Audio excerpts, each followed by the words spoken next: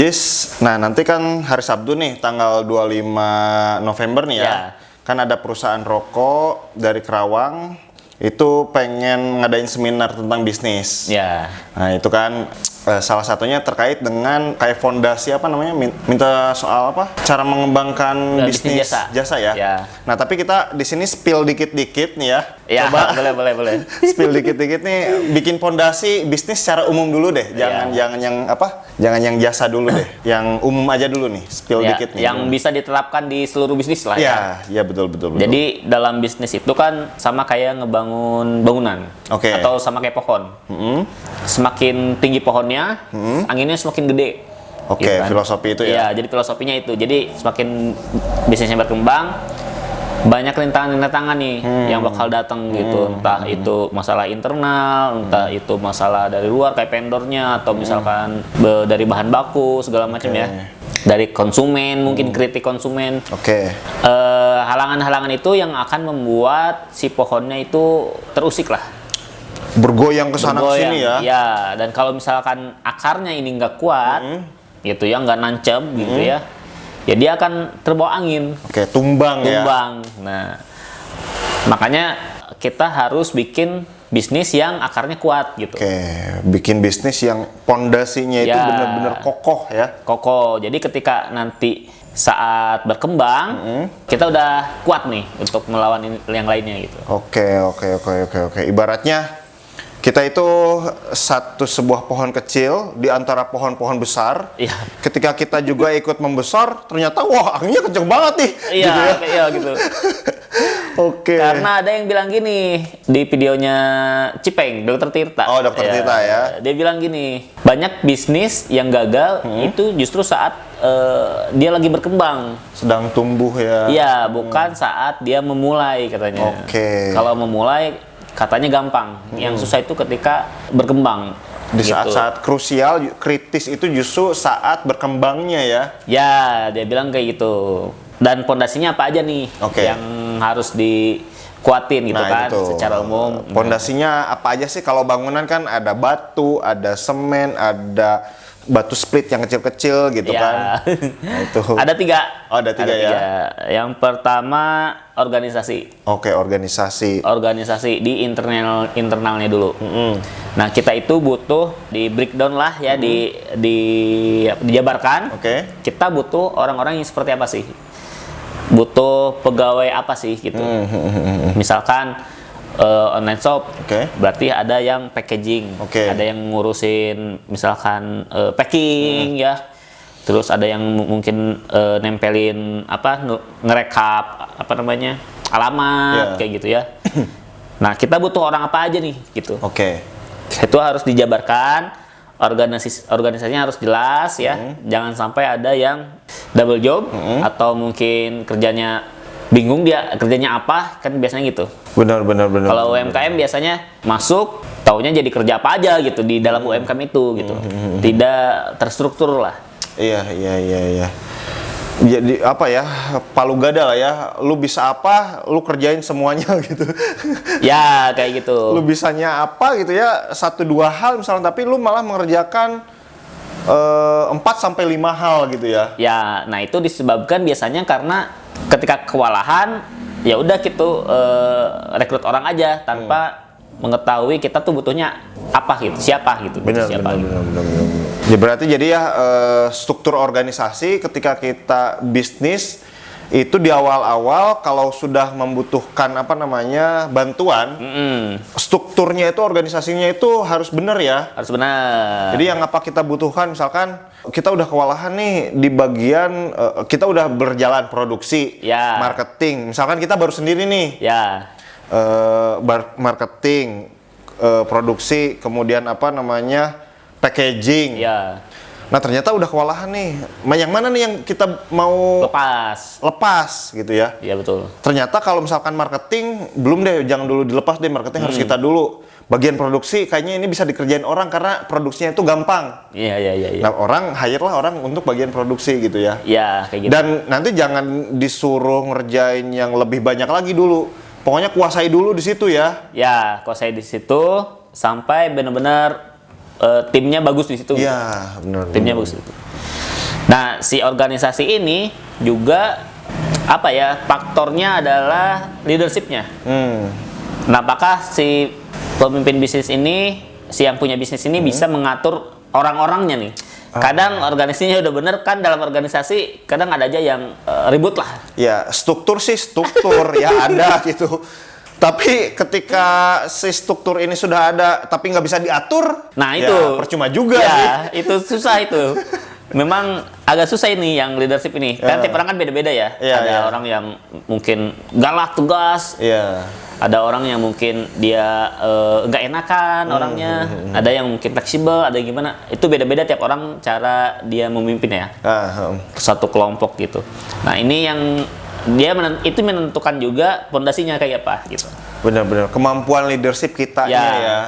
Nah, ketika ada yang salah, apakah ditegur atau enggak gitu. Iya, benar-benar. Ketika ada yang misalkan apa ya namanya, kecurangan lah, ada pelakukan kecurangan, itu gimana konsekuensinya gitu. Memang sih kelas leadership itu penting sih ya. Jadi ketika kita mau membangun struktur organisasi gitu ya dalam bisnis, kemampuan leadership kita juga harus punya gitu. Jangan sampai kita rekrut, udah ada misalkan 3-4 orang, tapi leadership kitanya yaudah deh kamu yang penting kerjain aja gitu ya. Bikin kesalahan, nggak ditegur, orang malah jadi malah jadi seenaknya nanti. Ya gitu. Kan banyak tuh kasusnya yang ada dia ownernya nge-hire manajer buat nyatet keuangan gitu ya. Taunya malah dikorupsi.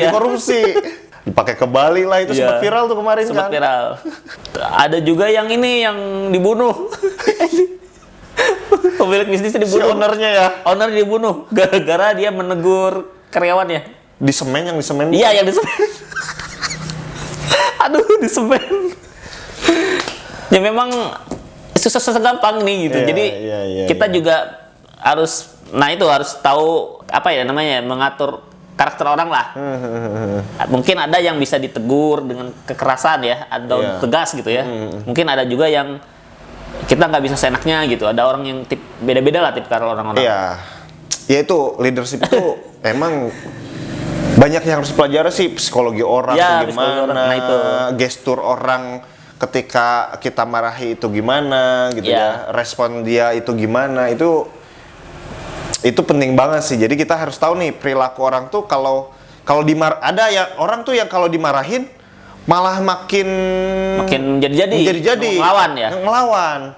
Ada orang yang inginnya diajak ngobrol, gimana tadi kerjanya, kamu tuh ada bikin salahnya, udah nggak apa-apa. Kan ada tuh orang tuh oh iya enak banget nih bos, bisa aku salah nih gitu ya, tapi nggak dimarahin, aku harus kerjanya makin benar. Ada kan tipe orang yang seperti itu. Nah kita tuh harus paham ya. Harus paham. Mana orang yang memang harus dimarahin gitu ya. Dan itu susah lah, itu mah harus belajar sendiri sih itu pengalaman. Karena walaupun ikut kelas leadership, ketika di lapangan mungkin beda lah gitu ya, itunya lah. Cara menanganinya gitu. Terus masih dalam fondasi organisasi nih. Nah, gimana caranya kita membuat tim yang efektif gitu. Itu juga susah tuh. Misalkan gimana caranya misalkan seorang sales misalkan dia bisa ngeprospek banyak orang nih gitu. Melakukan pelatihan gitu kan. Kita kasih pelatihan, kasih apa? Agar si timnya ini punya kemampuan yang sesuai dengan yang kita inginkan lah. Benar. Ya, pelatihan juga penting sih memang sih. Dulu kan saya sempat di guru lah ya. Guru itu di sekolah itu akan selalu mengadakan pelatihan. Kalau kepala sekolahnya itu bagus. Kalau kepala sekolahnya itu up to date gitu ya, perlu ada kan yang namanya pendidikan itu berkembang tuh. Guru itu kadang yang tua-tua itu kan nggak update. Nah itu harus dikasih pelatihan. Bagaimana dulu itu yang belum komputerisasi, belajar komputernya. Yang gimana dulu pakai Infocus belum ada, sekarang pakai Infocus, pakai Infocusnya. Skillnya kan bertambah tuh. Nah di bisnis juga sama gitu ya. Di bisnis juga sama. Yang tadi dia orang marketing. Dulu nggak ada WA, sekarang harus pakai WA. Dulu nggak harus bikin konten, sekarang harus bikin konten. Gitu ya. Iya betul. Jadi ada hal-hal baru yang mungkin kita juga harus tahu nih gitu, dan kita harus bisa menerapkannya ke tim kita gitu. Benar. Dan efektivitas ini mungkin nggak cuma pelatihan ya, tapi apa ya, reward yang kita berikan gitu. Misalkan apakah ada liburnya atau ada cutinya atau misalkan gajinya berapa, bonus atau apa gitu ya. Itu juga menunjang efektivitas. Benar. Itu yang pertama ya, yang itu organisasi. Iya, tadi ya 1 dari 3 pondasi nih ya, baru 1 nih ya. Baru 1. Itu organisasi. Nah, yang kedua itu di finansial. Oke, finansial. Nah, finansial ini adalah laporan keuangannya gimana nih? Di laporan keuangan bisa terbaca apakah usahanya untung atau enggak gitu. Usahanya untung atau enggak, ada catatan pemasukan pengeluarannya bener gak nih gitu. Kan kadang kalau UMKM kan kelewat gitu ya catatannya atau gimana. Nah, ini harus bener-bener rapih. Bener. Kadang UMKM itu yang kesalahan fatal adalah biasanya nih ya, yang saya tahu itu adalah menggabungkan catatan pribadi dengan catatan bisnis. Ya. Karena ngerasa ini bisnisnya punya saya. Ya. Ya udahlah, di ininya barang yang kita pakai dulu. Nah, terus itu. nggak dicatetin gitu kan. Dan kalau uangnya nyampur nih, susah nih. Misalkan kita lagi ada keperluan mendesak, urgent, kayak misalkan sakit atau apa ya, itu otomatis kepake itu kalau nyampur. Benar. Kalau terpisah kan kita ada ada tanda lah ketika ATM yang ini kok udah 0 kan gitu. Itu jadi peringatan ke kitanya gitu. Iya. Kayak gitu ya. Jadi jangan sampai tercampur lah dengan keuangan pribadi kayak gitu ya. Benar. Nah, terus di finansial ini juga ada yang namanya arus kas ya. Nah, apakah bagus arus kasnya atau enggak nih gitu. Ada tabungan enggak di bisnisnya nih kayak gitu. Terus kayak budgetingnya, misalkan budgeting untuk iklan, budgeting untuk apa ya, itu rapi nggak nih gitu? Iya. Pokoknya masalah keuangan lah, semua masalah keuangan lah di situ. Iya benar, masalah keuangan, modalnya itu ya, yang di save berapa persen gitu ya, kalau dana modal darurat misalkan ada, kemudian ya pencatatan sangat penting, jangan sampai catatannya di catatannya untung. Tapi bukti di ATM-nya kok nggak ada gitu ya.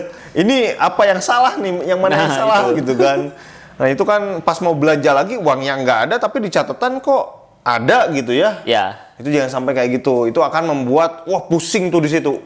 Fokus kita malah jadi ke situ gitu ya. Ya itu karena nggak rapi itu catatannya. Karena nggak rapi, benar. Nah yang paling pusing adalah barang yang kita jual habis, uangnya nggak ada.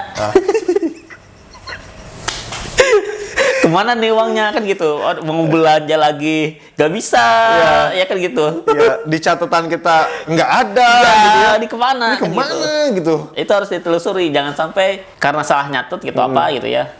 Dan kalau misalkan udah rapi, ketahuan nih misalkan kok nggak ada nih, jangan-jangan ada yang maling gitu kan, atau jangan-jangan ada yang kecerobohan atau apalah ya. Itu bisa dilihat dari laporan keuangan juga. Iya benar. Pokoknya itu laporan keuangan, pondasi keuangan itu harus benar-benar rapih lah. Catatan itu harus rapih. Kalau enggak itu bakal bikin pusing 7 keliling di situ. Iya. Belum lagi kalau misalkan modalnya tuh dari hutang yang harus dibayar ya. Benar. Dan artinya kan harus ada keuntungan yang disisihkan. Gitu. Iya. Setoran keuangan itu kan harus benar tuh, ke bank misalkan pinjem dari bank itu ya. Bulan ini aman nih setoran. Bulan depan pas pencatatnya ternyata ada yang nggak benar. Ini uang kemana nih? Iya. Aduh, ini bentar lagi harus bayar deadline hutang di depan gitu. Pasti keringet dingin tuh. Nah, yang ketiga adalah marketing atau aktivitas kita untuk menjual itu harus ada terus. Jadi yang barang yang terjualnya berapa gitu targetnya, terus kita ngelakuin apa aja nih sebulan ini, jangan sampai kita diem aja gitu. Ya, aktivitas marketing di zaman ini tuh udah sangat penting banget ya. Ya. Udah sangat penting banget. Orang itu kadang kita tuh banyak orang yang udah saling bermigrasi lah atau istilahnya itu transformasi. Ini Jis. Saya misalkan kerja orang dari Kerawang kerja di mana, dari Bandung kerja di mana. Kan informasi tentang kotanya itu kita nggak tahu tuh. Mau nanya ke orang kita belum pada kenal, nanyanya Google dong. Nah, ketika di Google ataupun di mesin pencarian itu toko kita yang muncul, pasti orang tuh ke situ gitu. Iya, penduduknya sendiri udah bukan asli warga situ ya. Iya. Jadi ketika kita jualan, misalkan kita jualan bikin kafe misalkan, ya otomatis orang nyarinya kan ke Google dulu kan. Iya. Yang ratingnya bagus yang mana nih kan? Iya, gitu. Bener. Mungkin udah mulai 50-50 lah kalau di 50-50 kan ya. Ada orang yang nanya ke orang, nyari dulu kan pasti semuanya rekomendasi orang. Nanya orang dong dulu ya. Toko yang bagus di mana? Tahu nggak? Ini yang bagus di mana? Tahu nggak? Kalau sekarang kan udah mungkin 50%-nya udah by Google. By Google 50% bisa. Kayak gitu ya. Mungkin ya udah 50%, bahkan mungkin bisa lebih. Bisa lebih. Ditambah biasanya ini iklan. Misalkan nge-endorse akun-akun berita suatu kota tuh. Misalkan berita kota Info Bandung. Info Bandung. Nah, kita tiba-tiba lagi pendatang nih, sebagai pendatang kan follow Info Bandung pengen tahu berita. Tiba-tiba ada yang promosi ini, tempat ini rame, bagus. Jadi nyobain kan gitu. Bener. Kita aja yang di luar kota nih ya, follow buat nyari tempat makan enak di Bandung di mana gitu kan. Kita pun yang di luar kota follow ya. Iya, gitu kan, nyari rekomendasinya di situ kan. Betul, kuliner Bandung atau kuliner Jogja misalkan. Iya, benar. Itu kan aktivitas marketing yang terus menerus ya, bahkan di tempat digital gitu ya. Ya, mulai dari yang gratis posting sendiri, yang gratis posting sendiri, bikin konten sendiri di TikTok atau di mana ya, gampang viralnya itu. Atau misalkan yang berbayarnya ya kayak tadi endorse, terus iklan yang bayar ke Instagramnya atau ke Facebooknya, ke Google-nya tuh kan bisa bayar. Iya. Nah, iklan yang berbayar kayak gitu, itu wajib dilakukan lah. Iya. Aktivitas itu jangan sampai nol banget nih, jangan sampai nol banget. Iya, benar. Gitu. Ada minimal maksimalnya nggak sih dalam kurun waktu buat marketing, atau misalkan maksimal sebulan sekali misalkan? Ya harus ada terus. Harus ada terus. Jadi gini, ada coach bisnis ya. Namanya Tung Dasem Waringin namanya. Tung Dasem. Ya. Tapi dalam buku marketing dia, karena itu udah jadul si teorinya udah jadul. Cuman yang bisa kita ambil adalah si Tung Dasem Waringin ini waktu zaman dulu menjalankan 12 tipe marketing secara bersamaan. Sekaligus dalam 1 bulan.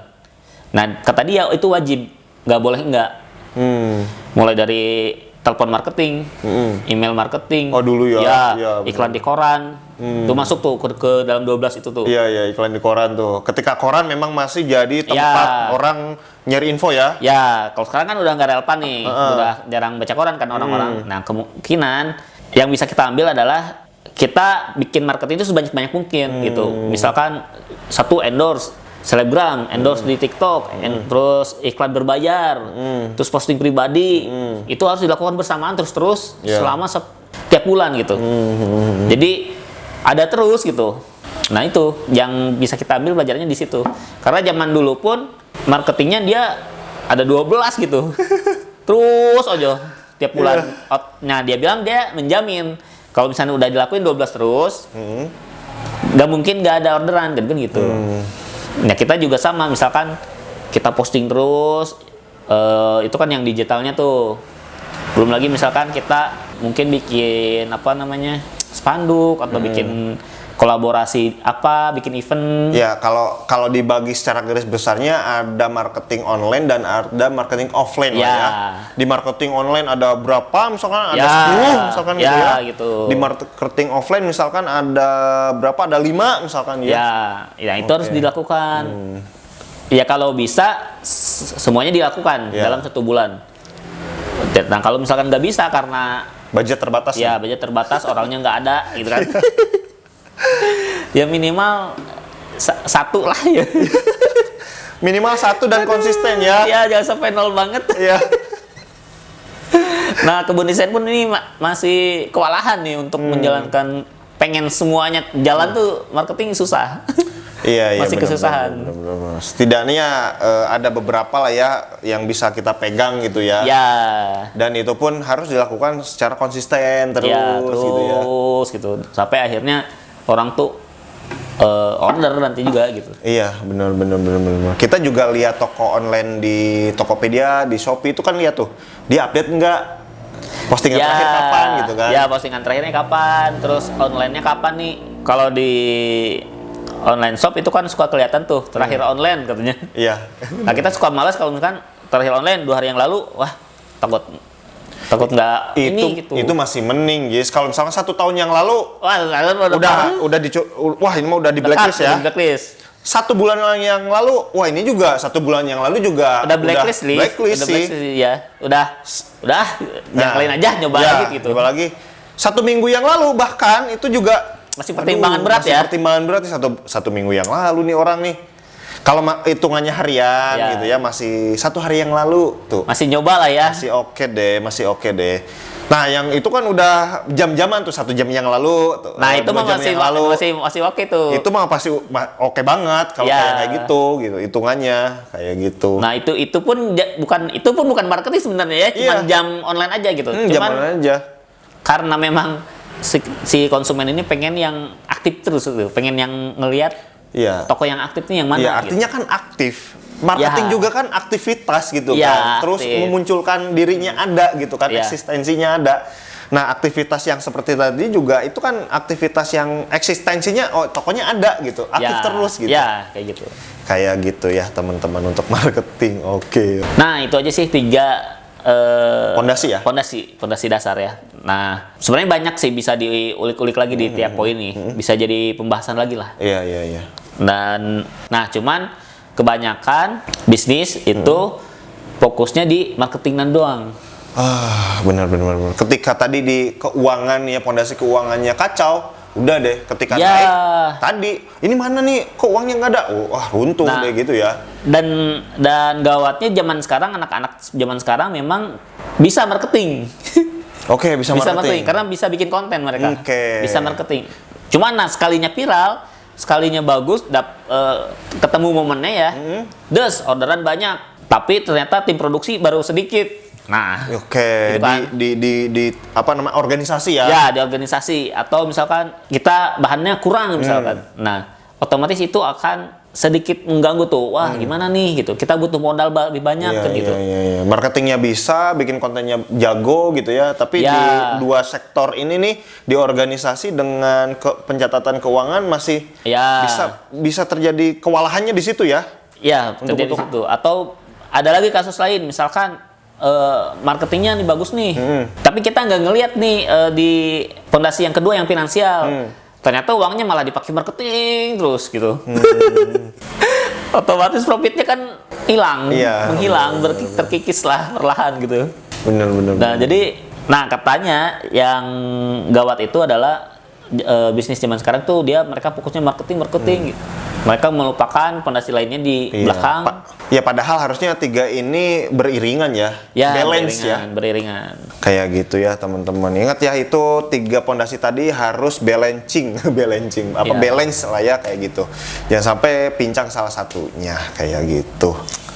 Oke, Jis, ada lagi? Oke, itu aja. Cukup ya, itu ya. Mudah-mudahan bermanfaat. Kalau suka dengan video ini silahkan di like, di komen, juga di subscribe. Serta karena kita ini studio desain nih, Jis. Ya. Kita juga pebisnis nih, Jis. Kita jualan juga ya. Jualan mulai dari desain logo, desain kemasan, desain sosial media, iklan.